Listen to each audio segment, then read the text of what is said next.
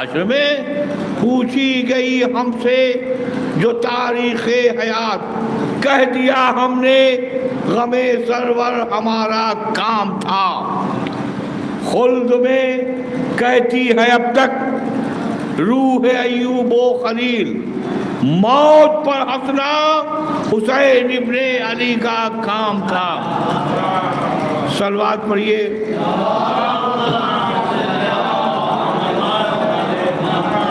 تاریخ کے مناسبت سے مرثیے کے چند بند مولانا مسعود بھی تشریف لا چکے ہیں۔ ایک مجلس سلسلہ ہے بہت سلسلہ صاحب ایک بار بہت بلند صلوات پڑھے آپ حضرات۔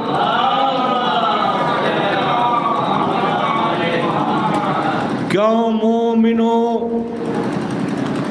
ہو پیش خدا جس کی یہ توقیر، افسوس ستم اس پکڑے ظالم بے پیر، جس شے کو ولی اب نہ کہے مالک تقدیر، اس کے سر اقدس پر چلے ظلم کی شمشیر، ممتاز ہو خالق کی جو درگاہ میں ہے خون اس کا بہے، سجدہ اللہ میں ہے ماہ رمضان کی جو شب 19ویں آئی، گردوں پہ اداسی غم و اندوہ کی چھائی، افطار سے فرصت جو ید اللہ نے پائی،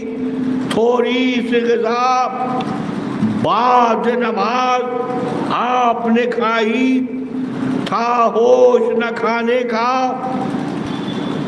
نہ پینے کا قلق میں، وہ رات بسر کرنے لگے طاعت حق میں، لکھتا ہے نمایاں ہوئے جب صبح کے آثار، مائل ہوئے مشرق کی طرف، حیدر کرار فرمایا کہ صادق ہے تو اے صبح خوش اتوار، شاہد تجھے کرتا ہے علی بندہ غفار، گر وقت فضیلت کا گوایا ہو تو کہہ دے، اور سوتا ہوا مجھ کو کبھی پایا ہو تو کہہ دے۔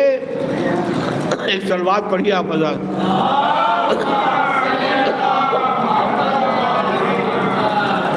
صد شکر کہ آخر ہوئی، اب عمر کی مدت نزدیک ہے، اس دار محن سے میری رحلت سجدے میں خدا کے ہے، تمنا شہادت اے صبح بسب تجھ سے علی ہوتا ہے رخصت، آلودہ خون جائیں گے گلزار جنا میں، تو ہم کو نہ اب ہم تجھے پائیں گے جہاں میں، داخل ہوئے جب خانہ حق میں، شہ علی مولا کے نہ باپ تھے اور نہ موالی،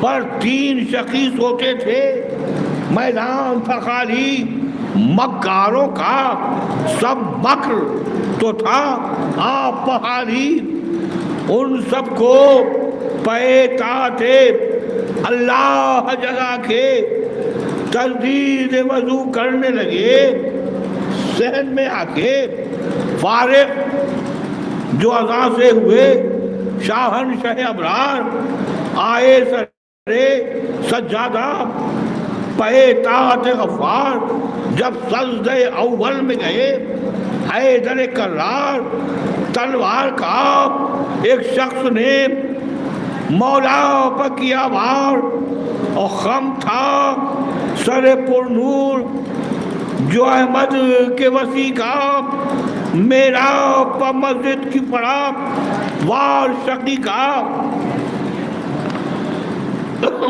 گھبرا کے گریزاں ہوا جس دم وہ ستم گھر آیا، پسرے ملزم بدبخت و بداختر، اور سجدے سے نمازی کا اٹھا تھا نہ بھی سر، وہ تیغ لگائی کہ بپا ہو گیا محشر، جو اس کی تمنا دلی تھی وہ برائی شمشیر سم، آلودہ جبھی تک اتر آئی تلوار کا، سجدے میں لگا زخم جو کاری، خون فرق مبارک سے ہوا خاک پہ جاری، تھا صبر کا پابند جو وہ عاشق باری، کچھ منہ سے نہ فرمایا بجو شکر گزاری، مشتاق جو تھا قلب حزین قرب خدا کا، ہر مرتبہ نعرہ تھا رضین بے قضا کا،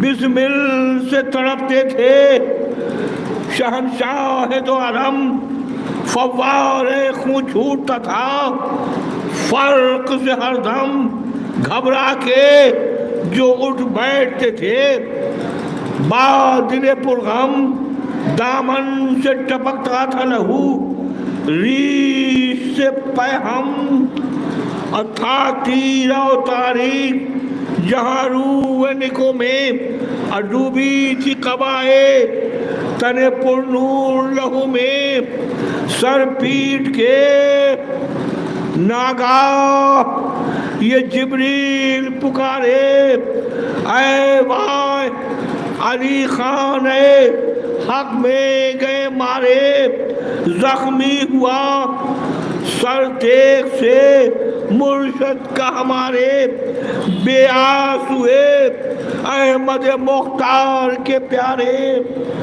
مجروح ہوا مجروح ہو امیر عرب طاعت حق میں، خورشید زمین ڈوب گیا خون کی شفق میں، خورشید زمین ڈوب گیا خون کی شفق میں۔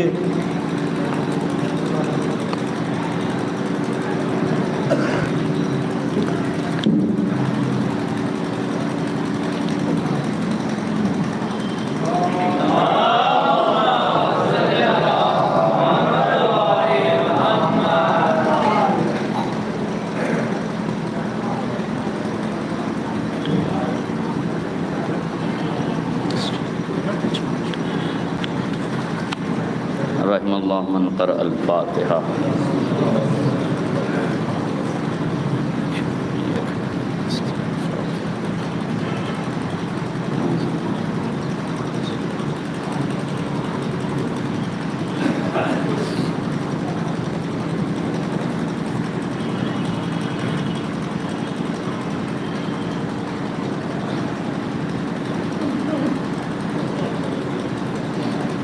لا حول ولا قوة إلا بالله العلي العظيم، حسبنا الله ونعم الوكيل، نعم المولى ونعم النصير، الحمد لله رب العالمين، والصلاة والسلام على أشرف الأنبياء والمرسلين،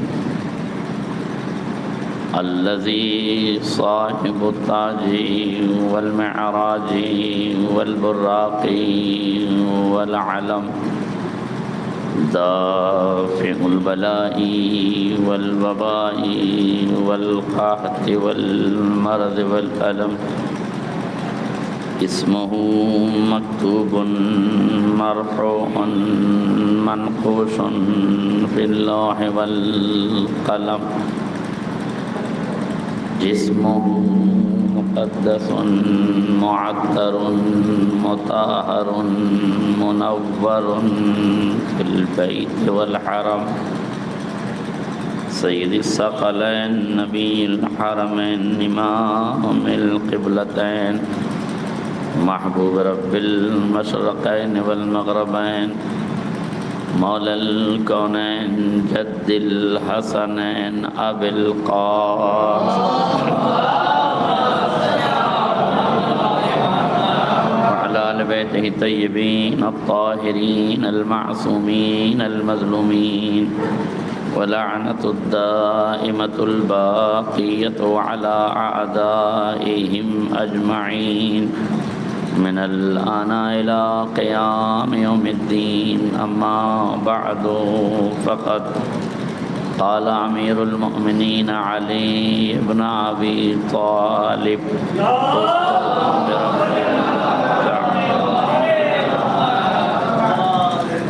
حضرات گرامی قدر، بزرگان ملت، دوستان عزیز، سے روزہ مجالس کا یہ سلسلہ ہے. آج کی یہ دوسرے دن کی سعادت حاصل کی جا رہی ہے. فزت برب الکعبہ، مولا کائنات نے مسجد کوفہ میں بوقت ضربت یہ اعلان کیا کہ رب کعبہ کی قسم میں آج کامیاب ہو گیا. گویا علی کی زندگی کی کامیابی کا راز سجدہ ہے، مسجد ہے، اللہ کا گھر ہے.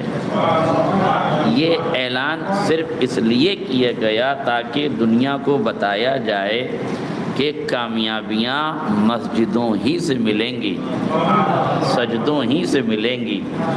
سر جھکاؤ گے خدا کی بارگاہ میں تو پوری کائنات تمہارے قدموں میں جھکے گی. یہ یاد رکھنا، جو خدا سے ڈرتا ہے اس سے پوری کائنات ڈرتی ہے. جو خدا سے نہیں ڈرتا وہ ہر شے سے ڈرتا ہوا نظر آتا ہے. اس لیے اگر خوف رکھنا ہے تو خدا کا رکھو، حالات کا نہ رکھو. خوف رکھنا ہے تو مالک کا رکھو، مہنگائی کا نہ رکھو. اگر خوف رکھنا ہے تو عبادات سے رکھو، اقتصادیات کا خوف نہ رکھو. اگر خوف رکھنا ہے تو مالک کی عظمت کے سامنے رکھو. جبابران عصر رواں کے سامنے خوف کا مظاہرہ نہ کرو. حالات حاضرہ جس تیزی سے ہمیں خوف میں مبتلا کر رہے ہیں، جس طرح سے ڈرایا جا رہا ہے، جس طرح سے دھمکایا جا رہا ہے، دنیا یہ سوچ رہی ہے کہ انہیں ڈرا کے، انہیں دھمکا کے، انہیں دھمکیاں دے کے دبایا جا سکتا ہے. انہیں یہ معلوم ہی نہیں ہے ہمیں عام حالات میں چاہے نیند آئے یا نہ آئے، مگر جب 40 تلواریں کھینچی ہو تو ہجرت کی رات جو چین سے نیند آتی ہے. قسم خدا کی، تاریخ نے نہ ہجرت سے پہلے علی کو کبھی سوتے پایا، نہ ہجرت کے بعد کبھی سوتے پایا. ایک ہی رات تھی جس رات میں علی چین کی نیند سو رہے تھے. مولا، نہ آپ ہجرت سے پہلے کبھی سوئے ہیں، نہ ہجرت کے بعد کبھی سوئے ہیں، تو ہجرت کی رات میں سو کیوں رہے ہیں؟ کہ دو باتیں دنیا کو بتا دوں. لا تأخذہ سنۃ ولا نوم، اللہ کی صفت یہ ہے کہ نہ اسے نیند آتی ہے نہ اسے اونگ آتی ہے. میری حیات بندگی کی ہے، لوگ خدا نہ سمجھنے لگ جائیں. میری حیات بندگی کی عکاس ہے، مجھے لوگ خدا نہ سمجھنے لگ جائیں. اس لیے ضروری تھا کہ ایک رات سو کے بندگی نہیں خدائی بچا لوں. میرا جملہ واضح ہو جاتا. ایک رات سو کے بندگی نہیں خدائی بچا لوں. اور کائنات کو یہ بتا دوں کہ علی والوں کو ڈر اگر لگتا ہے تو خدا سے لگتا ہے، خدائی سے ڈر نہیں لگتا. اگر علی والوں کو خوف لگتا ہے تو خدا کا خوف ہے. اور یاد رکھیے گا، جو اللہ سے ڈرتا ہے پھر وہ کسی سے نہیں ڈرتا، اور جو اللہ سے نہیں ڈرتا پھر وہ کائنات کے ہر فرد سے ڈرتا ہے. میں نے شاید آپ کے سامنے جملہ عرض کیا تھا، ایک 4 برس کے بچے نے اگر رہبر معظم سے جا کے پوچھا کہ حضور میں آپ سے ایک سوال کرنا چاہتا ہوں. جب میں غفیر تھا، لوگ تھے، کہا جاتا ہے کہ ہر ڈپارٹمنٹ کے لوگ بیٹھے تھے، آفیسرز بھی بیٹھے تھے، پولیس کے ادھیکاری بھی بیٹھے ہوئے تھے. وکلا بھی بیٹھے ہوئے تھے، اہل علم اہل شعور کا ایک مجمع تھا۔ ایک بچہ آ کے پوچھ لیتا ہے، حضور یہ بتائیے، ایک سوال کرنا ہے۔ آپ نے کلیجے سے لگایا، بڑے پیار سے پوچھا، بیٹے پوچھو کیا پوچھنا چاہتے ہو؟ اس نے کہا حضور یہ بتا دیجئے کہ امریکہ آپ سے اتنا ڈرتا کیوں ہے؟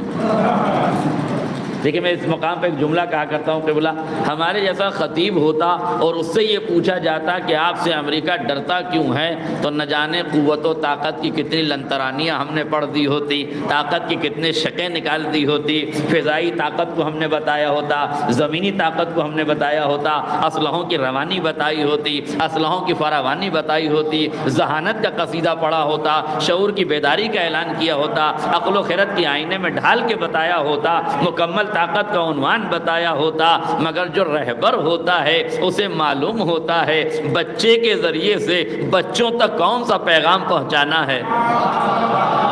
میرا جملہ واضح ہو جائے، بچے کے ذریعے سے بچوں تک کون سا پیغام پہنچانا ہے۔ مسکرا کے بچے کی آنکھوں میں آنکھیں ڈال کے رہبر معظم نے فرمایا بیٹا یاد رکھنا چونکہ ہم خدا سے ڈرتے ہیں، میرا جملہ واضح ہو جاتا، چونکہ ہم خدا سے ڈرتے ہیں اس لیے امریکہ ہم سے ڈرتا ہے۔ یعنی ہماری طاقت سے امریکہ نہیں ڈرتا، ہماری خدا شناسی سے امریکہ ڈرتا ہے۔ یہ پیغام دیا ہے ان مملکتوں کو کہ جن کے گلدستہ اذان سے 5 وقت میں نہ جانے کتنی بار اللہ اکبر کی صدائیں بلند کی جاتی ہے، مگر عقیدے کے نام پہ اللہ بڑا ہے، عمل کے نام پہ امریکہ کے تلوے چاٹے جا رہے ہیں۔ ان تک یہ پیغام پہنچایا گیا ہے کہ اگر خوف رکھنا ہے تو خدا کا خوف رکھو۔ اس کے ذریعے سے یہ پیغام پہنچایا اور بچے کو آمادہ کیا ہے کہ کسی کو ڈرانے کی کوشش مت کرنا، بلکہ اپنی طاقت پہ اترانے کی کوشش مت کرنا۔ اور یاد رکھیے گا میرے عزیزوں، خوف خدا ہی انسان کو خشیت الہی، اور خشیت الہی اور خوف خدا کن میں ہوتی ہے؟ انما یخشی اللہ من عبادہ العلماء، اللہ سے ڈرنے والے علماء ہیں۔ علماء کا مطلب جبہ و دستار والے نہیں، علماء کا مطلب ہے اہل علم، اہل شعور، جن کے پاس علم ہوتا ہے، شعور ہوتا ہے، وہی خدا سے ڈرتے ہیں۔ جنہیں معرفت کردگار ہوتی ہے وہ خدا سے ڈرتے ہیں۔ تو میں یہ عرض کر رہا تھا کہ ان حالات میں آپ کو کسی اور سے ڈرنے کی ضرورت نہیں ہے۔ مولا کائنات نے فرمایا کہ مجھے تمہارے لیے جو سب سے زیادہ خوف ہے وہ میرے بعد بنی امیہ کا فتنہ ہے۔ فَإِنَّهَا فِتْنَةٌ عَمْيَاءٌ مُظْلِمٌ، یہ ایسا فتنہ ہے جو گھٹا ٹوپ اندھیرے کے مانند ہے۔ یہ ایسا ہے جو فتنہ ہے اور اندھا ہے، اور اندھا ہونے کے ساتھ ساتھ اس میں کچھ سجھائی بھی نہیں دیتا۔ اور پھر مولا آگے چل کے اسی فتنے کے بارے میں فرماتے ہیں کہ یُصِبْنَا بَلَدًا وَيُخْطِئْنَا بَلَدًا، یہ وہ فتنہ ہے کہ جو ایک شہر پہ ڈیرا ڈالتا ہے تو ایک شہر کو چھوڑ دیتا ہے۔ یہم الرياح، اور یہ ایسے گردش کرتا ہے جیسے فضائیں گردش کرتی ہیں، جیسے ہوائیں گردش کرتی ہیں۔ آج یہاں ہیں، کل وہاں ہیں، پرسوں وہاں ہیں۔ آسان لفظوں میں کہہ دوں تو آج پٹنہ میں ہے، کل دلی میں ہے، پرسوں فلاں جگہ ہیں، پرسوں فلاں جگہ ہے۔ یہ فتنہ ہی تو ہے جس کی آگ بھڑکائی جا رہی ہے، یہ فتنہ ہی تو ہے جس کے ذریعے سے ظلم کیا جا رہا ہے، یہ فتنہ ہی تو ہے جس کے ذریعے سے فساد پیدا کیا جا رہا ہے۔ ظلم کب ہوتا ہے، فتنہ کب ہوتا ہے، فساد کب ہوتا ہے؟ جب بھکمری پیدا ہوتی ہے، جب اقتصادیات گلا گھونٹنے لگتے ہیں، جب بے روزگاری بڑھتی ہے، کھانے کو پیسے نہیں ہوتے، تب انسان چند سکوں میں ضمیر بیچتا ہے، دین بیچتا ہے، ایمان بیچتا ہے۔ جہاں بیچنے پر آ جائے تو اپنا وجود بیچتا ہے، اپنا استھتو بیچتا ہے۔ جب دنیا اس طرح سے اپنے وجود کی سوداگر ہو جاتی ہے تو سماج میں فتنوں کا رواج پیدا ہو جاتا ہے۔ اس لیے اس فتنے سے بچنا ضروری ہے۔ کیا کیا جائے جب فتنہ آئے تو کیا کرنا چاہیے؟ ایسے فتنے میں ہمیں کیا کرنا چاہیے؟ توجہ فرمائیے گا، ایسے فتنوں کے حالات میں ہمیں کیا کرنا چاہیے؟ تو مولا کائنات نے نہج البلاغہ کے ابتدائی کلمات قصار میں یہ جملہ ارشاد فرمایا، کن فی الفتنۃ کابن اللبون فلا زہر یرکب ولا زرع فیحلب۔ دیکھو جب فتنے چاروں طرف سے گھیرنے لگ جائیں تو تم ان فتنوں کے زمانے میں اپنے آپ کو اونٹ کے اس 2 سالہ بچے کی مانند کر لو کہ نہ جس کی پشت پہ سوار ہوا جا سکتا ہے، نہ جس کے وجود سے دودھ نکالا جا سکتا ہے۔ مولا بتانا چاہتے ہیں اپنے سماج میں ایسے زندہ ضمیری کے ساتھ رہنا کہ کوئی استعمال نہ کر سکے، کوئی استحصال نہ کر سکے، کوئی تمہیں خرید نہ سکے، کوئی تمہیں استعمال نہ کر سکے، کوئی تمہارا استحصال نہ کر سکے۔ میرے عزیزوں یاد رکھیے گا اس وقت کے جو حالات ہیں، ان حالات میں ایک بات ہمیشہ یاد رکھیے گا، کمال اس کا نہیں ہے جو آپ کے ذہن سے کھیل جائے، کمال اس کا ہے جو کھیلنے والوں کی ذہنیت کو پرکھ لے۔ لیکن میں ایک مثال دینا چاہتا ہوں، نفسیاتی بات آپ کو کہہ رہا ہوں، اس رخ سے آپ نے اس واقعے کو سنا بھی نہ ہو، لیکن اس رخ سے اس واقعے کو سمجھنے کی کوشش ضرور کرنا چاہیے۔ جو انسان کے دماغ میں چل رہا ہے، اگر اس نے اپنے منصوبے کو آپ کی طرف روانہ کیا اور اپنے مقصد کو اس نے حاصل کر لیا تو وہ تو عقل مند نکلا، احمق وہ قوم نکلی جو استعمال ہو گئی۔ لیکن توجہ کیجیے گا، جب علی عمرو ابن عبدود کے سینے پہ سوار ہیں، عمرو نے گستاخی کی، امام اس کے سینے سے اتر آئے۔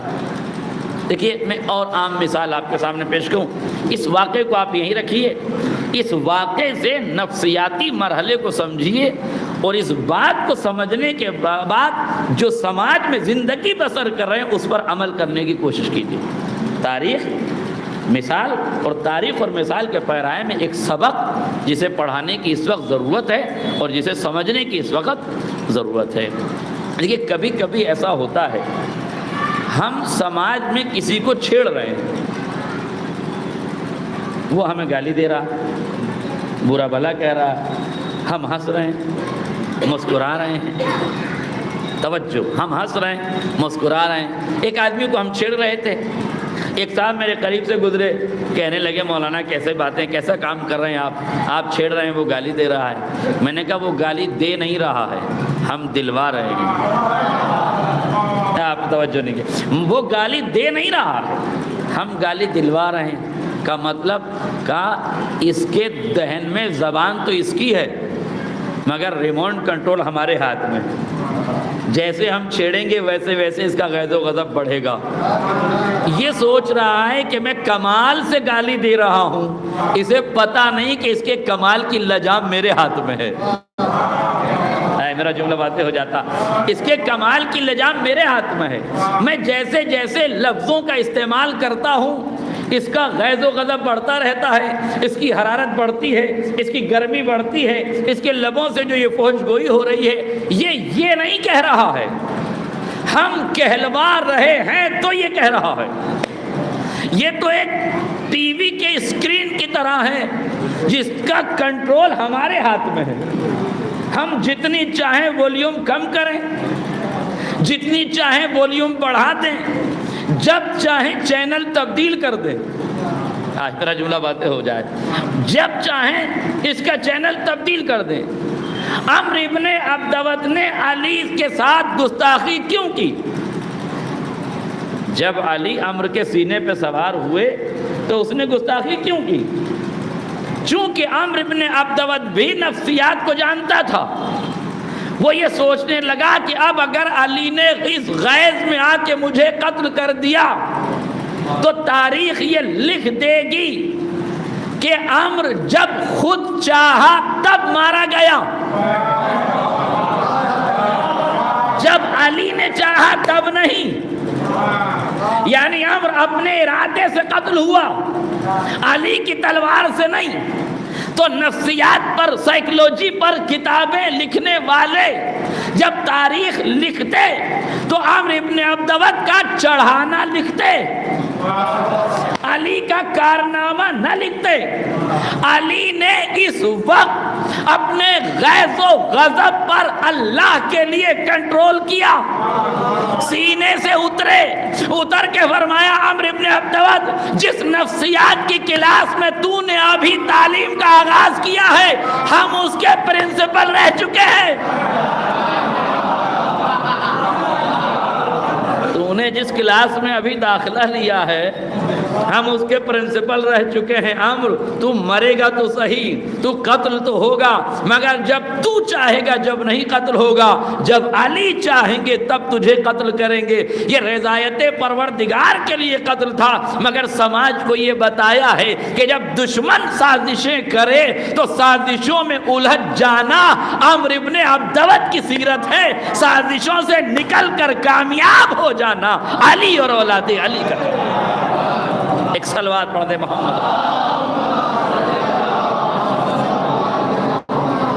اس لیے یہ بات یاد رکھیے گا کہ ان حالات میں اگر لوگ سازشیں کر رہے ہیں، ان حالات میں اگر لوگ فتنہ کرنے کی کوشش کر رہے ہیں تو فتنہ گروں کو کامیاب کر دینا کامیابی کی دلیل نہیں ہے بلکہ فتنوں کو واپس کر دینا۔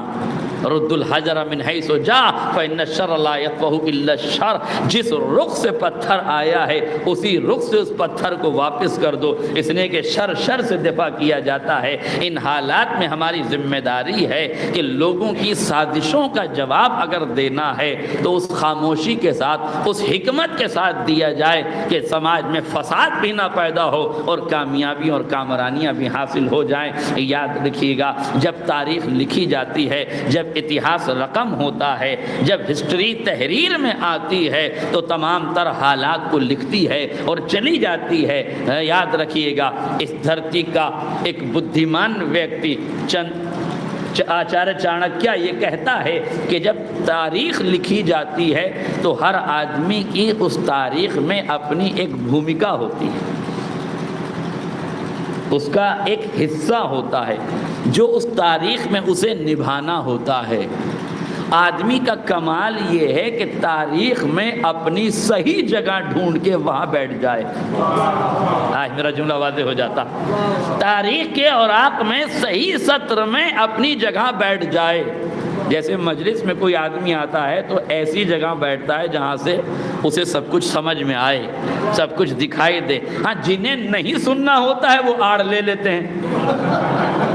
ایک صلوات پڑھیں محمد علیہ وسلم۔ جب تاریخ لکھی جاتی ہے تو اتہاس اپنا کام کرتا ہے، تاریخ کار اپنا کام کرتے ہیں، اور تاریخ میں ہر آدمی کو اس کی بھومکا نبھانی ہوتی ہے اور ہر آدمی نبھاتا ہے۔ مگر یاد رکھیے گا تاریخ لکھی جاتی ہے تو رکھی جاتی ہے، رکھی جاتی ہے تو یاد رہ جاتی ہے، یاد رہ جاتی ہے تو آنے والی نسلوں کے لیے وہ صورتحال بتا کے جاتی ہے۔ اب تمہیں یہ دیکھنا ہے کہ تاریخ کے گزرتے ہوئے اوراق میں اپنے کردار کو کیسا سنوار کے رکھتے ہو۔ اگر اچھے کردار سے تاریخ میں گزر جاؤ گے تو رحمتی کہلا جاؤ گے، رضی اللہ کہلائے جاؤ گے، لیکن اگر تاریخ میں بدعمالیاں کرتے ہوئے نظر آؤ گے تو لعنت اللہ کہلاؤ گے۔ اب یہ تم پر نربھر ہے کہ تاریخ میں رحمتی بن کے جیتے ہو یا لعنتی بن کے جیتے ہو۔ رحمتی کیسے بنیں گے، لعنتی کیسے بنیں گے؟ کہا دیش کی محبت میں جیو گے تو رحمتی بنو گے، دیش دروہی بن کے جیو گے تو لعنتی دیو گے، دیش کی حفاظت کرو گے تو رحمتی کہلاؤ گے، دیش کو ٹکڑوں میں بانٹو گے تو لعنتی کہلاؤ گے، دیش سے محبت کرو گے تو دیش پریمی کہلاؤ گے، دیش سے نفرت کرو گے تو آتنکوادی کہلاؤ گے، دیش کو ترقی دو گے تو چیزوں کو خریدو گے، دیش کو برباد کرو گے تو دیش کو بیچو گے۔ تاریخ خریدنے والوں کو بھی یاد رکھے گی، بیچنے والوں کو بھی یاد رکھے گی، اچھے کام کرنے والوں کو بھی یاد رکھے گی، برے کام کرنے والوں کو بھی یاد رکھے گی، فتنہ گروں کو بھی یاد رکھے گی، فساد کرنے والوں کو بھی یاد رکھے گی، اصلاح کرنے والوں کو بھی یاد رکھے گی۔ خوشا نصیب ہیں وہ لوگ کہ جو اصلاح کرنے والوں میں شامل ہو، اور بد نصیب ہیں وہ لوگ جو فتنہ گروں میں شامل ہو جائیں۔ ایک صلوات پڑھ دیں محمد۔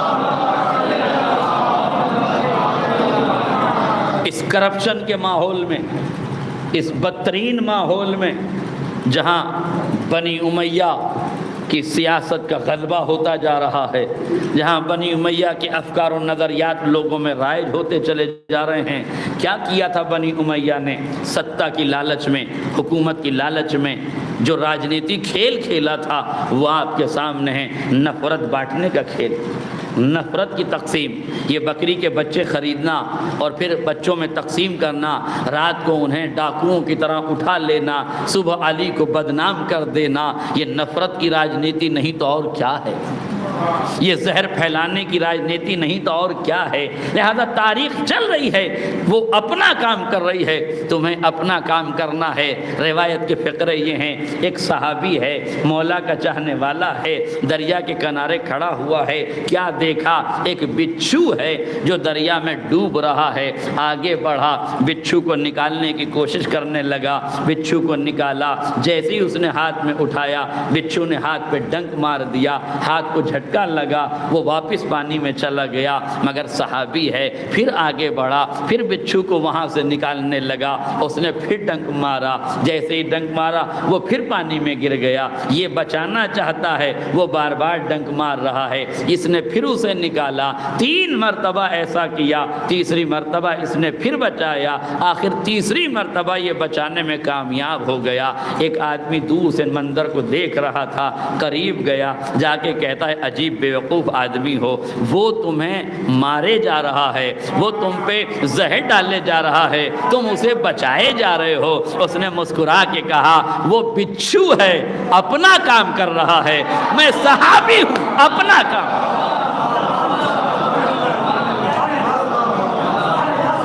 بچھو ہے، اپنا کام کر رہا ہے، میں صحابی ہوں، اپنا کام کر رہا ہوں۔ بچھو کی فطرت میں ڈنک مارنا ہے، وہ اپنا کام کر رہا ہے۔ انسان کی فطرت میں لوگوں کو بچانا ہے، وہ میں اپنا کام کر رہا ہوں۔ تو بندگان خدا، ملک عزیز میں بندے بن کے رہو، بچھو بن کے نہ رہو۔ ایک صلوات پڑھ دے محمد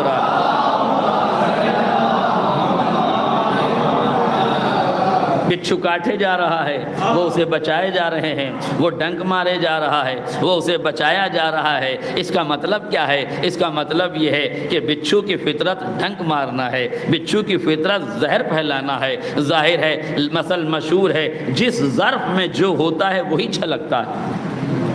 نہیں توجہ کیا آپ نے؟ جس ظرف میں جو ہوتا ہے وہی چھلکتا ہے۔ جس کے ظرف میں محبت ہوگی وہ پیمانے محبت سے سرشار ہوگا، جس کے وجود میں نفرت ہوگی وہ نفرتیں پھیلائے گا، جسے محبت دینے کے پیسے ملیں گے وہ محبت پھیلائے گا، جسے نفرتیں بانٹنے کے پیسے ملیں گے وہ نفرتیں بانٹے گا۔ آج میرا جملہ واضح ہو جائے، بچھو اپنا کام کرے گا، تمہیں اپنا کام کرنا ہے۔ اب اگر میڈیا کے دلال بچھو سماج میں زہر پھیلا رہے ہیں تو انہیں اپنا کام کرنے دیں۔ آپ صحابیت کی سیرت پہ چلیں، وہ زہر پھیلا رہے ہیں، تم مجلسوں میں تریاق کا تقسیم کرنا شروع کر دو، تم مجلسوں میں تریاق کا تبرک بانٹنا شروع کر دو۔ وہ نفرتیں چینلوں پہ پھیلا رہے ہیں، تم محبتیں مجلسوں سے آباد کر دو، انہیں اپنا کام کرنے دو، تم اپنا کام کرو۔ ایک صلوات پڑھ دے محمد۔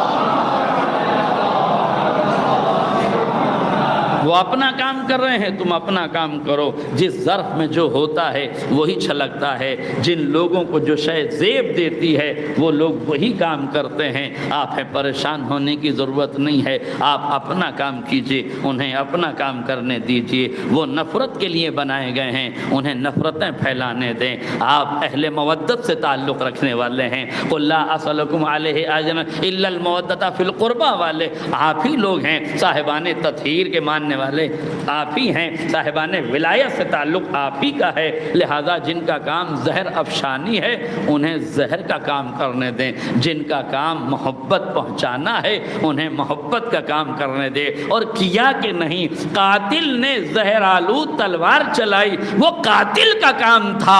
جب گرفتار کر کے علی کے سامنے لایا گیا، علی نے کہا حسن بیٹا اس کی مشکیں ڈھیلی کر دو، اس کے چہرے پہ سراسیمگی کے آثار ہیں، لگتا ہے اس نے پانی نہیں پیا، جو شربت مجھے دیا ہے اسے پلا دو۔ اللہ وہ ضربت لگا رہا ہے، یہ شربت پلا رہے ہیں، وہ قتل پر آمادہ ہے، یہ آزاد کرنا چاہتے ہیں۔ اس کا مطلب یہ ہے ابن ملجم صفت اپنا کام کریں گے، انہیں اپنا کام کرنے دو، علی والے اپنا کام کریں گے، انہیں اپنا کام۔ ایک صلوات پڑھ دے محمد۔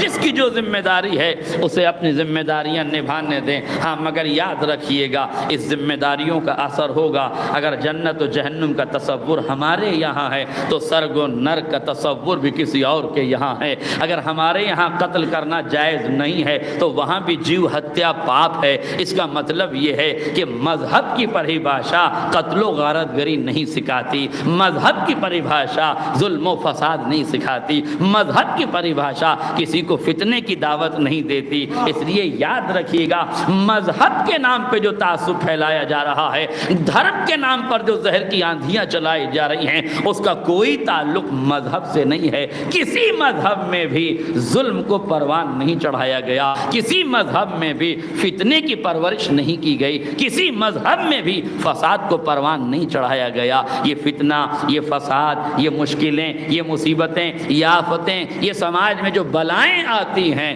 یہ انسان کی فطرت کی وجہ سے نہیں آتی، اس کے نیچر کی وجہ سے نہیں آتی، اس کے دین کی وجہ سے نہیں آتی، اس کی شریعت کی وجہ سے نہیں آتی، اس کے ضمیر کی وجہ سے نہیں آتی، یہ آتی ہیں استحصال کی وجہ سے، یہ آتی ہیں استعمال کی وجہ سے، یہ آتی ہیں جب شہرت طلبی پیدا ہو جاتی ہے، جب دولت کی ہوس پیدا ہو جاتی ہے، جب انسان راحتوں کا متقاضی ہو جاتا ہے، تب یہ مصیبتیں پیدا ہوتی ہیں۔ اس لیے انسان کو اس مرحلہ آزمائش میں کامیابی کی طرف جانا چاہیے، اپنی وچار دھارا کو درست کرنا چاہیے، اپنا پوائنٹ آف ویو درست کرنا چاہیے، اپنے سوچنے کا طریقہ بدلنا چاہیے، اپنی زندگی گزارنے کا رنگ ڈھنگ اسے اپنانا چاہیے، اسے یہ دیکھنا چاہیے کہ سماج میں کیا ہو رہا ہے۔ سماج سے غافل ہو کے بھی نہیں جیا جا سکتا، سماج میں رہ کے سماج کے کانٹوں سے بچنا بھی ضروری ہوتا ہے۔ جس طریقے کے حالات گزر رہے ہیں، ان حالات میں ہماری ذمہ داری، پوری ذمہ داری شعور کی ہے، شعور کی بیداری کی ہے۔ ضروری ہے کہ اس دور میں، اس سماج میں، ان حالات میں سرمایہ داروں کے درمیان ہم دینداری پیدا کریں، غربت کے ماحول میں غریبوں کے اندر ہم ایمانداری پیدا کریں، خطیبوں کے اندر ہم بصیرت تلاش کرنے لگیں، متکلم کے اندر ہم حکمت کے خزانے تلاش کرنے لگیں، شاعر کے درمیان ہمیں شعور تلاش کرنے کی ضرورت ہے۔ اس لیے کہ اگر شاعر شعور کے ناخن نہ لے گا تو شراب کی بزم میں یہ قصیدہ پڑھے گا جب امام آئیں گے۔ نہیں یاد آیا آپ کو؟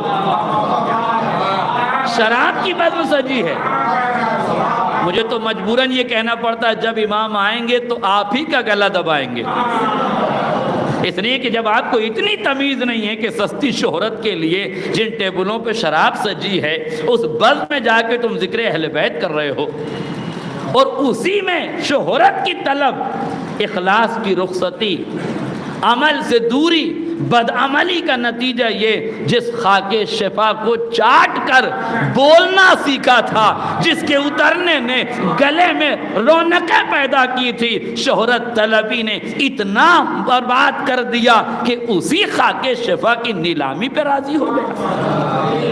اگر شاعر میں شعور ہوتا تو یہ نیلامی پہ رضامندی نہ ہوتی۔ اس لیے ضروری ہے کہ شاعر میں شعور تلاش کرو تاکہ شاعر نمازی ہو۔ بے نمازی شاعروں کو اگر زینت محفل بناؤ گے تو بدعمالیاں سماج میں پھیلیں گی، نیک اعمالیاں نہیں پھیلیں گی۔ کم سے کم شاعر کو نمازی ہونا چاہیے، شاعر کو باشعور ہونا چاہیے۔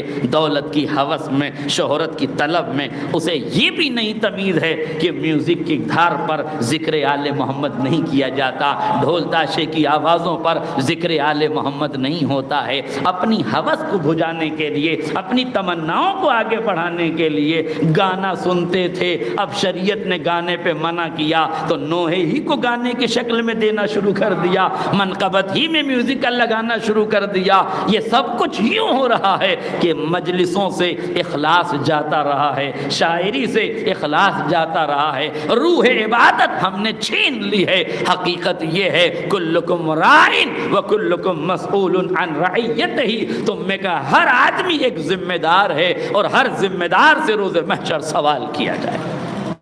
ہر آدمی سوال کے جواب دینے کا مجاز ہوگا قیامت میں. انجمن کا سیکرٹری, انجمن کا صدر, انجمن کے افراد اگر بے نمازی شاعروں کو بلاتے ہیں تو وہ بھی روز محشر سوال کے زیر سوال آئیں گے. اگر بد عمل خطیبوں کو بلاتے ہیں, بے عمل خطیبوں کو بلاتے ہیں تو وہ بھی روز قیامت سوال کے نیچے آئیں گے. اس لیے یاد رکھنا, یہاں ملا کو بیوقوف بنانا آسان ہے, وہاں مولا کے سامنے جواب دینا بڑا مشکل ہے. ایک صلوات پڑھ دے محمد علیہ.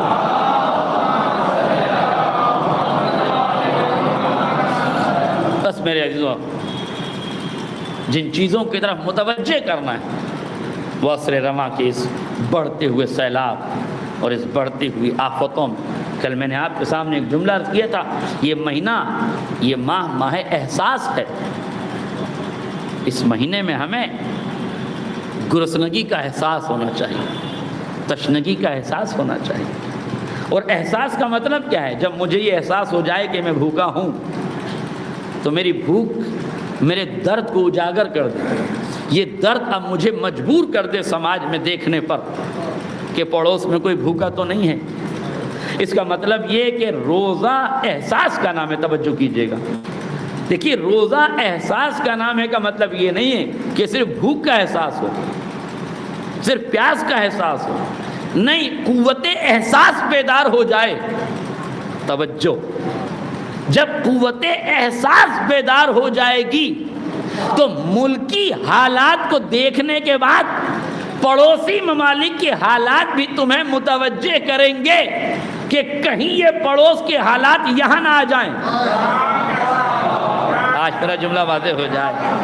بھوکے رہ کے پڑوسی کی بھوک کا احساس کر لو.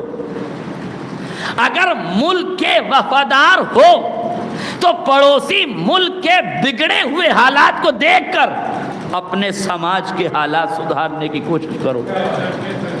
سری لنکا کے حالات کون ہیں اس مجمع میں بیٹھا ہوا جسے معلوم نہیں ہے؟ اقتصاد چرم سیما پہ پہنچ چکا ہے. ملک دیوالیہ کے دہانے پہ آ کے کھڑا ہوا ہے. میں اسباب و علل نہیں جاننا چاہتا کہ کیا تھا, لیکن بنی امیہ کا ایک فتنہ تھا کہ جب سطح میں سارے رشتہ دار آ جائیں تو ملک کا دیوالیہ نکل جاتا ہے.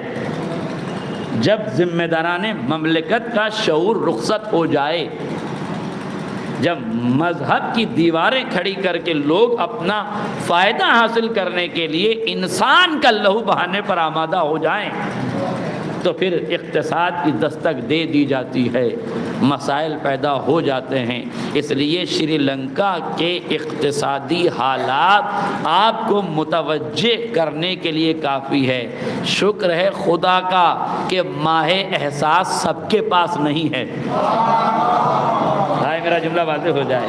یہ ماہ احساس سب کے پاس نہیں ہے, یہ آپ کے مقدر میں آیا ہے.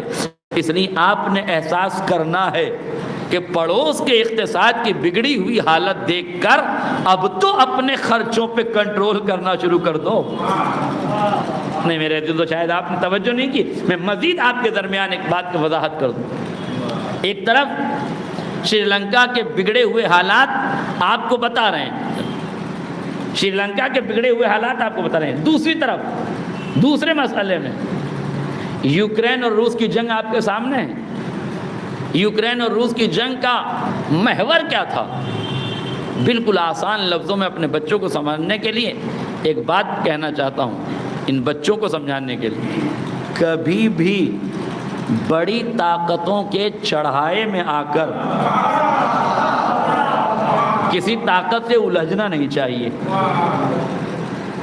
یوکرین کو کس نے چڑھایا؟ امریکہ نے. چڑھا کے کیا کیا؟ اس نے لڑوا دیا. انہیں چڑھنے سے پہلے اپنی اوقات تو دیکھنی چاہیے تھی کہ کس سے بڑھنے جا رہے ہو. یہی شعور ضروری ہے. لڑنا کمال نہیں ہے. کب لڑنا ہے, کہاں لڑنا ہے, کس سے لڑنا ہے. اپنی جنگ کا اپنا اسلحہ اختیار کرنے کی صلاحیت ہی آدھی جنگ کی کامیابی ہے. میرا جملہ واضح ہو جاتا. اگر کسی کو اپنی جنگ اختیار کرنا آتا ہے کہ مجھے کہاں لڑنا ہے, کس اسلحے سے لڑنا ہے, اگر یہ حکمت عملی کسی کو آتی ہے تو آدھی جنگ تو ویسے ہی وہ جیت گیا. اس لیے کہ اس نے مقابل کے حوصلوں کو اپنے منصوبے سے پست کر دیا, اور آدھا کام منصوبوں کے پست ہونے سے ہو گیا, آدھا کام آپ کی حکمت عملی اور طاقت سے ہو جائے. جو بات مجھے آپ کو بتانی, وہ یہ نہیں بتانا ہے کہ یوکرین میں کیا ہو رہا ہے, روس میں کیا ہو رہا ہے. وہ جو ہو رہا ہے اسے ہونے دیجئے. نہ ہماری باتیں کرنے سے وہاں کچھ انہونی ہونے والی ہے, نہ جو ہو رہا ہے وہ ٹلنے والی ہے. ہم تو خالی تبصرہ کر سکتے ہیں, لیکن جو ہمیں کرنا ہے وہ ہمیں اس کو دیکھ کر سبق پڑھنا ہے, اس سبق کو ہمیں یاد کرنا ہے. تو پہلا سبق تو آپ نے یاد کر لیا اور سمجھ لیا اچھی طریقے سے کہ کسی بڑے کے چڑھائے میں آ کر کسی بڑی طاقت سے پنگا لینے کی ضرورت. سمجھ رہے ہیں آپ میری بات میں کیا کہہ رہا ہوں. کوئی بھی آدمی اگر ممبر پہ بیٹھ کے آپ کو چڑھانے لگے کہ فلاں طاقت کے تبرے کر کے اس سے لڑ جاؤ, تو کسی طاقت کے چڑھائے میں آ کر کسی سے بھڑ جانا کمال نہیں ہے. ایک صلوات پڑھ دے محمد رسول.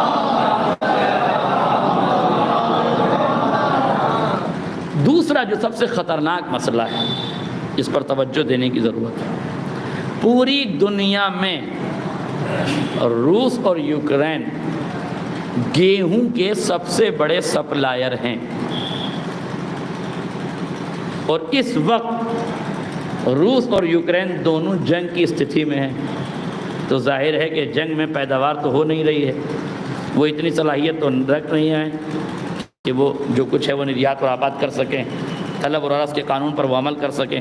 لہذا کتنے افریقی ممالک ایسے ہیں جو یوکرین سے یا روس سے گیہوں لیتے تھے, ان تک گیہوں نہیں پہنچ رہا ہے. تو اس وقت وہ بھوکمری کا شکار ہیں, گرسنگی کا شکار ہیں. میں آپ کو نیوز 18 کی خبریں نہیں سنانا چاہتا,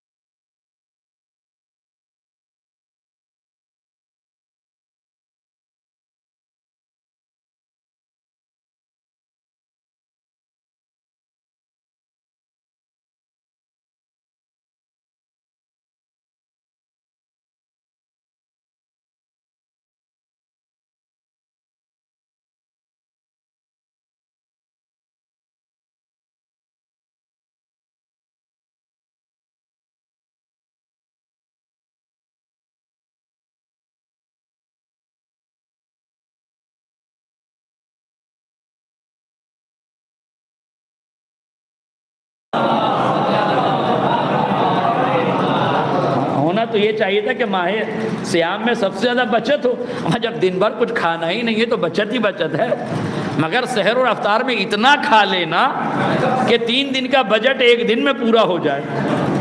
تو ان حالات میں ہم نے اقدار بدل دیے, نظریے بدل دیے, رویے بدل دیے. لہذا ایسی پوزیشن میں غور کیجیے گا, ایسے حالات میں اور ایسی پوزیشن میں جو ہماری ذمہ داریاں ہیں وہ آپ سے پوشیدہ نہیں ہیں. اور پھر جس سماج میں ہم زندگی بسر کر رہے ہیں, ایک جملہ اور کہہ دوں اس سماج کے لیے, تو آپ بخوبی مجھ سے بہتر طریقے سے اس بات کو سمجھ لیں گے. قصہ چھوٹا سا ہے, مثال چھوٹی سی ہے, مگر اس اقتصادی دور میں, اس بے ایمانی کے دور میں سمجھنے کے لیے بہت آسانی سے یہ لفظ سمجھا جا سکتا ہے اور بہت آسانی سے آپ اس بات کا ادراک کر سکتے ہیں۔ ایک اسکول میں پرنسپل صاحب نے ایک فوٹوگرافر کو بلایا اور کہا میرے اسکول کے بچوں کو آپ نے فوٹو کھینچنا ہے، کتنے پیسے لیں گے؟ اس نے کہا صاحب اسکول کی بات ہے، تھوڑا سا کنسیشن کر دیتے ہیں آپ کے لیے، چلیے 10 روپے میں، ویسے تو ہم 20 روپے میں کھینچتے ہیں، مگر آپ کے لیے، اسکول کے لیے، شکشکوں کے لیے، بچوں کے لیے، تعلیم حاصل کرنے والوں کے لیے اتنا یوگدان تو ہم کر ہی سکتے ہیں۔ انہوں نے کہا آپ 10 روپے ہم آپ سے لے لیں گے، ایک بچے پر 10 روپے۔ پرنسپل صاحب نے کہا بالکل ٹھیک، قبول ہے۔ انہوں نے اس سے معاملہ طے کیا 10 روپے میں، کلاس ٹیچر کو بلایا، کہا اپنی اپنی کلاس میں جا کے بچوں سے کہیے کہ کل وہ 20 روپے لے کر آئیں، فوٹو کھینچنا ہے۔ جس اسکول کا پرنسپل 10 گنا آگے بڑھا تھا، ظاہر ہے کلاس ٹیچر کیسے پیچھے رہ جائے، اور ایمانداری میں کوئی پیچھے رہ جائے تو رہ جائے، بے ایمانی میں کوئی کیسے پیچھے رہ جائے۔ کلاس ٹیچر صاحب آگے بڑھے، بچوں سے کہا کہ کل 50 روپے گھر سے لانا، اس لیے کہ پرنسپل صاحب نے منگائے ہیں، کل آپ لوگوں کی فوٹو کھینچیں گے۔ جب پرنسپل اور ٹیچر کا یہ حال ہو تو بچے لا ماشاءاللہ ذہانت کے کس درجے پر فائز ہوں گے۔ وہ گھر پک پہنچے، اپنی اماں سے مخاطب ہو کے کہا کہ کلاس ٹیچر صاحب نے 100 روپے منگائے۔ اب وہ کس لیے؟ کہا فوٹو کھینچے گا۔ کہا 100 روپے میں فوٹو کھینچے گا؟ کہا منگائے ہیں پرنسپل صاحب نے تو ہوگا ہی۔ کہا اچھا، اب خاتون خانہ بھی انہی کی اماں ہیں، انہوں نے شوہر نامدار کے آنے کا انتظار کیا۔ جب وہ آیا تو اس سے کہا کہ بچے کے اسکول سے یہ میسج آیا ہے کہ کل 200 روپے لے کے آنا۔ اب وہ کس لیے؟ کہا فوٹو کھینچنا ہے۔ کہا فوٹو کھینچنے کے لیے 200 روپے؟ کہا مہنگائی بڑھ گئی ہے، حالات بڑھ رہے ہیں، آپ کو کچھ پتہ وتا تو ہے نہیں، صبح نکلتے ہیں شام کو کام سے واپس آ جاتے ہیں، آپ کو کیا پتہ گھر کیسے چلایا جاتا ہے؟ پتہ ہے کیسے چلایا جاتا ہے نا۔ 200 روپے کے بہرحال اب مرد جو کہیں قابو میں نہ آئے اسے یہی قابو میں لایا جاتا ہے۔ بہرحال اس نے 200 روپے نکال کے دیے۔ میں آپ سے پوچھ رہا ہوں، اب آپ ایمان سے بتائیے کہ ماں کی آغوش جو تربیت گاہ تھی، اگر وہی بے ایمانی کا اڈا بن گئی، کلاس ٹیچر جو بہترین شکشا دینے والا تھا، جب شکشک ہی کرپشن کے ماحول میں ڈھل جائے، پرنسپل جو ایک تعلیمی ادارے کا ذمہ دار ہے، جب وہی 10 روپے میں اپنے ضمیر کو بیچنے پہ آمادہ ہو جائے، ایسے کرپٹ ماحول میں مجھے پتہ نہیں آپ کس امید میں جی رہے ہیں، ایسے کرپٹ ماحول میں آپ کس امید میں جی رہے ہیں؟ آپ کا کہاں سے بھلا ہونے والا ہے؟ آپ کا کہاں سے فائدہ ہونے والا ہے؟ جہاں حرام اور حلال کی تمیز ختم ہو جائے، جہاں رشوت کا بازار گرم ہو جائے، جہاں ملک کی محبتیں دلوں سے نکل جائیں، جہاں دیش پریم کا خاتمہ ہو جائے، جہاں بے ایمانیاں سر چڑھ کے بولنے لگیں، جہاں شکشا کے پوتر مندر بھی اپوتر ہو جائیں، ایسے ماحول میں اگر تمہیں کوئی چیز بچا سکتی ہے تو علی کا راستہ ہے جو بچا سکتا ہے، محمد کا راستہ ہے جو بچا سکتا ہے، حسین کا راستہ ہے جو بچا سکتا ہے، کربلا کی قربانیاں ہیں جو تمہیں بچا سکتی ہیں۔ اگر اس کرپٹ ماحول میں بچنا چاہتے ہو تو علی کی سیرت کو اپناؤ، جو بیت المال میں جھاڑو دلاتا ہے، پھر 2 رکعت نماز پڑھتا ہے، شکر الہی ادا کرتا ہے، اور پھر چین سے سوتا ہے کہ ہاں اب میں نے مخلوق خدا میں اس کا حق بانٹ دیا ہے۔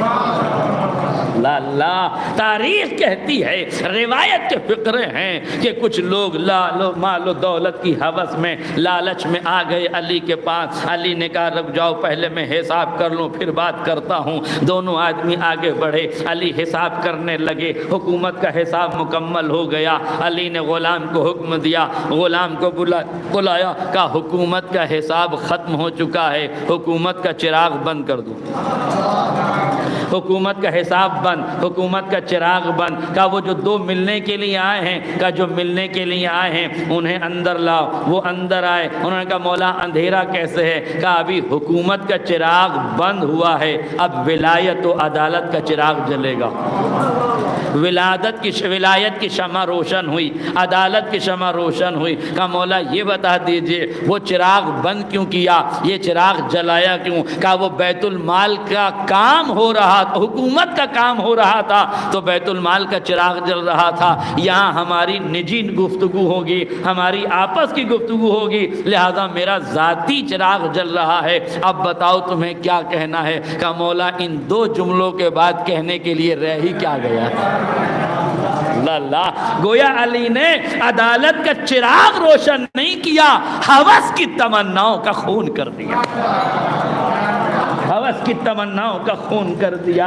آئے تھے بڑی امیدوں سے، چاہوں سے، یہ طلحہ زبیر جنہیں طلحۃ الخیر کہا جاتا ہے، بیٹھے علی کی بارگاہ میں، آئے تھے کوئی عہدہ مل جائے گا۔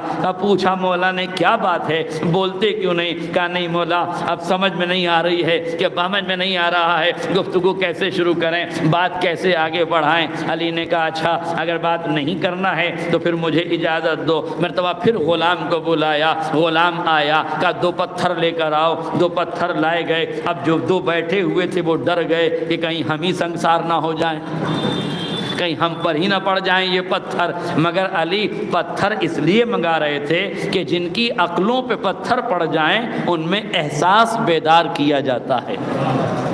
علی نے دو پتھر منگائے، دونوں پتھروں کو باندھا لیا اور اپنے پیٹ پر باندھنے لگے۔ مولا پوچھنے لگا صحابی، وہ آگے بڑھ کے کہتے ہیں مولا یہ پیٹ پہ پتھر کیوں باندھ رہے ہیں؟ کہا آج علی کھانا نہیں کھائیں گے، آج علی بھوکے رہیں گے۔ کہا کیوں مولا آج بھوکے رہیں گے؟ کہا اس لیے کہ آج کوفے میں دو یتیم بچوں تک کھانا نہیں پہنچ پایا ہے، علی کو گوارا نہیں ہے کہ کوئی یتیم بھوکا ہو اور علی کھانا کھا لے، اس لیے وہ 9 مولود بچے ہیں، ان کے یہاں ماں کی غذا میسر نہیں ہے، ابھی پیدا ہونے والے ہیں، اس لیے اس کی تاریکی میں وہ بھوکے رہیں گے۔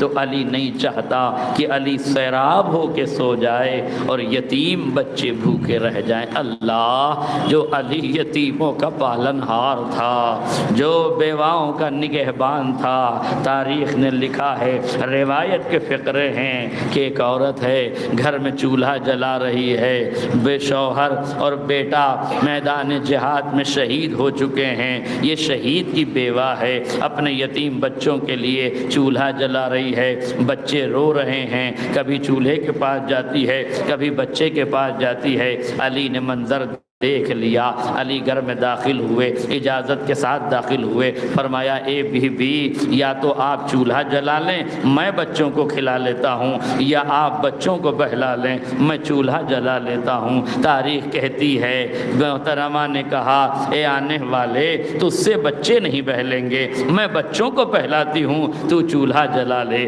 علی چولہے کے قریب آتے ہیں، روشن کرتے ہیں، آگ کے قریب جاتے ہیں، کہتے ہیں اے نفس علی اس آگ کا ذائقہ چکھ لے، یہ تیرے دور حکومت میں یتیم بچے ہیں۔ اللہ اللہ، علی نے ایک مرتبہ چولہا روشن کیا، کھانے کا انتظام کیا۔ اب جب علی یہاں سے نکلنے لگے ایک مومنہ نے دیکھ لیا، اس مومنہ سے آ کے کہا تو جانتی ہے یہ کون ہے؟ کہا نہیں جانتی یہ کون ہے؟ کہا یہ کوفے کا امیر ہے، یہ کائنات کا امیر ہے، یہ علی ابن ابی طالب کی ذات ہے۔ وہ تڑپ گئی، ہائے کوفے کا بادشاہ، ہائے کوفے کا امیر، ہائے علی ابن ابی طالب، میں نے ان سے کس کام کو کہہ دیا؟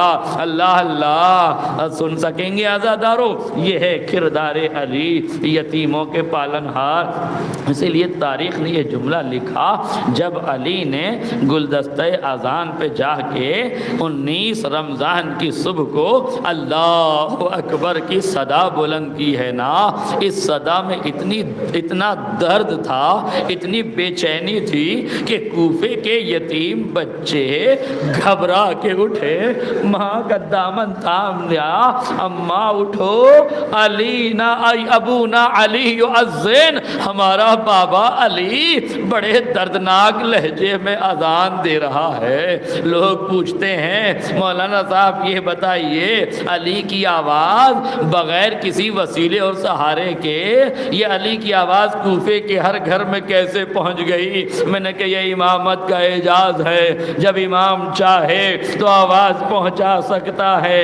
اور آج کوفے کے علی کی اذان جو کوفے کے یتیموں کے ذہن میں پہنچ گئی، کان میں آواز پہنچ گئی، لیکن ہاں ایک اذان اور ہے جو اذان کربلا میں دی گئی، یہ صبح عاشور کی اذان۔ تاریخ کہتی ہے جناب زینب نے فرمایا اے بھیا، زینب کی تمنا یہ ہے کہ ایک بار علی کی اذان سن لوں۔ لو عزاداروں، علی اکبر کی اذان گویا علی کی اذان ہے۔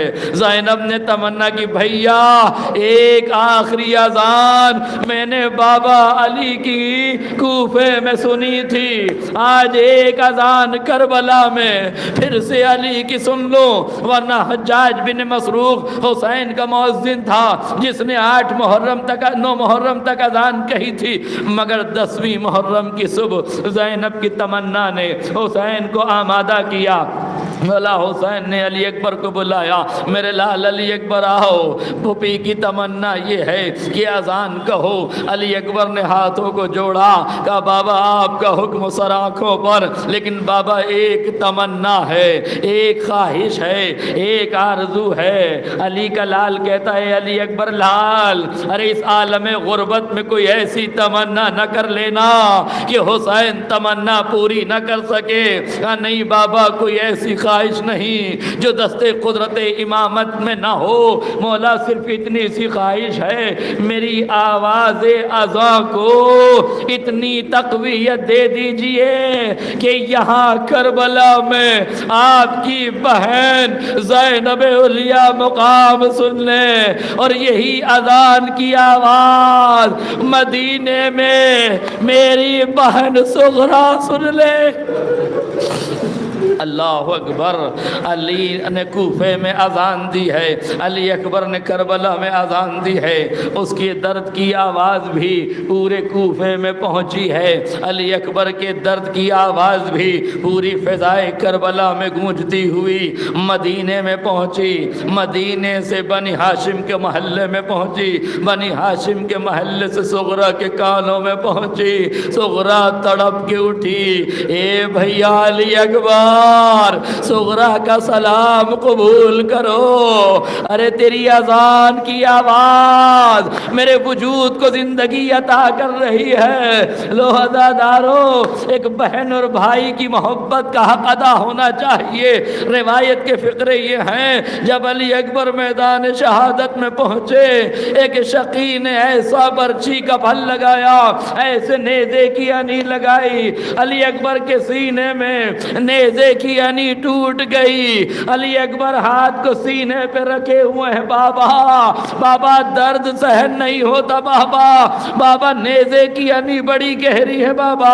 حسین نے ایک مرتبہ آستین کو الٹا، علی اکبر کے سینے پہ ہاتھ رکھا، علی اکبر نے ہاتھوں کو جوڑ کے کہا بابا بس ایک آخری خواہش ہے بابا، ارے سنا ہے لوگ مرنے والے کی آخری تمنا پوری کرتے ہیں، بابا وقت آخر ہے اکبر کا، بس ایک تمنا ہے، بابا صغرا سے وعدہ کر کے آیا تھا لینے آؤں گا، بابا ایک بار صغرا کی زیارت کرا دے۔ تاریخ کہتی ہے حسین نے فرمایا میرے لال علی اکبر میری انگشت شہادت کے درمیان میں دیکھو، عالم کی زمین پست ہوئی، مدینے کی زمین بلند ہوئی، اکبر کیا دیکھ رہے ہو؟ کہا نانا کا مدینہ دیکھ رہا ہوں۔ کہا اور غور سے دیکھ، بس آخری فکریں، اور غور سے دیکھو۔ کہا بابا محلہ بنی ہاشم دیکھ رہا ہوں۔ کہا اور غور سے دیکھو۔ کہا بابا اپنا بیت الشرف دیکھ رہا ہوں۔ کہا اور غور سے دیکھو۔ کہا بابا صحن خانہ میں ایک کپڑا پڑا ہو۔ بابا صحن خانہ میں ایک کپڑا پڑا ہوا ہے، مجھے وہ کپڑا نظر آ رہا ہے۔ حسین ایک دردناک لہجے میں کہتے اکبر بیٹا ذرا غور سے دیکھو، وہ کوئی کپڑا نہیں ہے۔ اب جو علی اکبر نے غور سے دیکھا چیخ مار کے کہتے بابا یہ تو میری بہن صغرا ہے۔ علی اکبر کہتے بابا یہ صغرا کیا کر رہی ہے؟ علی اکبر نے اب غور سے دیکھا، علی اکبر نے دیکھا صغرا نے کچھ مٹی اکٹھا کی ہے، کبھی اس رخسارے کو رکھتی اکبر تو نے آنے کا وعدہ کیا تھا، کبھی اس رخسارے کو رکھتی اکبر بھیا تو نے آنے کا وعدہ کیا تھا۔ علی اکبر تڑپ گئے بابا ارے یہ صغرا کی فریاد برداشت نہیں ہوتی، اے بابا یہ صغرا کیا کر رہی ہے؟ کہا بہن اور بھائی کی محبت یہ ہے، ارے تو نے کربلا کی زمین پہ ایڑیاں رگڑی، ارے اگر صغرا نے تیری خاک کے قدم کو جمع کیا اس پر رخسارے رکھ دیے، اے اکبر وعدہ پورا کر دو، لینے کے لیے چلے آؤ۔ مرتبہ علی اکبر کہتے بابا ارے نیزے کی آری کا یہ درد تو قابل برداشت ہے، لیکن صغرا کی تڑپ اے بابا صغرا کا تڑپنا نہیں دیکھا جاتا۔ حسین نے برچی کا پھل کھینچا، علی اکبر کی روح فضا میں پرواز کر گئی۔ حسین نے مرثیہ پڑھا یا بنی علی الدنیا بعدک العفا، اے علی اکبر تیرے بعد زندگان یہ دنیا پہ خاک ہو۔ انا للہ و انا الیہ راجعون، رضا بقضائہ و تسلیم، سیعلم الذین ظلموا ای منقلب ینقلبون۔ ربنا تقبل منا انك انت السميع العليم۔ یا اللہ کریم پروردگار واسطہ محمد اور آل محمد کا اس ماہ احساس میں عبادات و طاعات کو قبول فرما۔ کریم پروردگار واسطہ محمد اور آل محمد کا بانیان عزا کی توفیقات میں اضافہ فرما، حاضرین کی دعاؤں کو مستجاب فرما۔ کریم پروردگار اس پرفتن پرآشوب ماحول میں امت مسلمہ بالخصوص شیعان آل محمد کی حفاظت فرما، عالم انسانیت کی حفاظت فرما، منحوس وائرس کرونا کا خاتمہ فرما۔ کریم پروردگار واسطہ محمد اور آل محمد کا جہاں جہاں شیعان آل محمد ہیں ان کی جان مال عزت آبرو کی حفاظت فرما۔ کریم پروردگار واسطہ محمد اور آل محمد کا جو مقروض ہیں قرضوں کو ادا فرما، جو بیمار ہیں شفاء کاملہ عاجلہ عطا فرما۔ کریم پروردگار ہماری قوم کا دامن علم کے موتیوں سے لبریز فرما۔ کریم پروردگار واسطہ محمد اور آل محمد کا ہر قسم کے فتنے اور فساد سے امت کی حفاظت فرما۔ کریم پروردگار ملک عزیز پر رحمت نازل فرما، ملک عزیز کے اقتصاد پر رحمت نازل فرما۔ کریم پروردگار واسطہ محمد اور آل محمد کا جنت البقیع میں عالی شان روضہ تعمیر فرما، آل سعود و آل یہود کو نیست و نابود فرما۔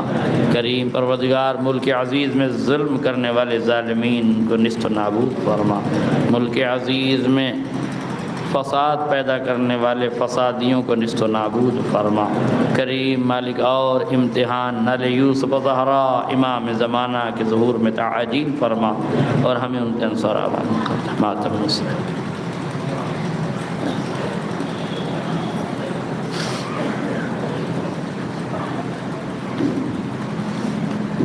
صلی اللہ علیہ یا رسول اللہ، السلام علیکہ یا نبی اللہ، السلام علیکہ یا امیر المؤمنین، السلام علیکہ یا فاطمۃ الزہرا، السلام علیکہ یا حسن المجتبی، السلام علیکہ یا ابا عبداللہ الحسین وعلى اولاد الحسین وعلى صحاب الحسین وعلى انصار الحسین وجميع شہداء بکربلاء ورحمۃ اللہ وبرکاتہ۔ السلام علیکہ یا غریب الغرباء، السلام علیکہ یا معین الضعفاء والفقراء، السلام علیکہ یا شمس الشموس، السلام عليك يا المدفون باردتوس. السلام عليك يا مغش الشيط الزوار في يوم الجزاء. السلام عليك يا أبا الحسن ابن موسى رضا ورحمة الله وبركاته. السلام عليك يا مولانا يا صاحب أسر والزمان. السلام عليك يا خليفة الرحمن. السلام عليك يا شريك القرآن. السلام عليك يا إمام الإنس والجان.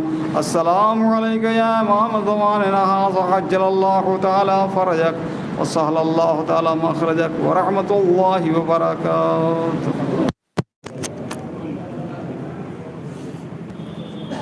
سلطان کی خلال ہمارا فرمائیں حضرت معمول صالحین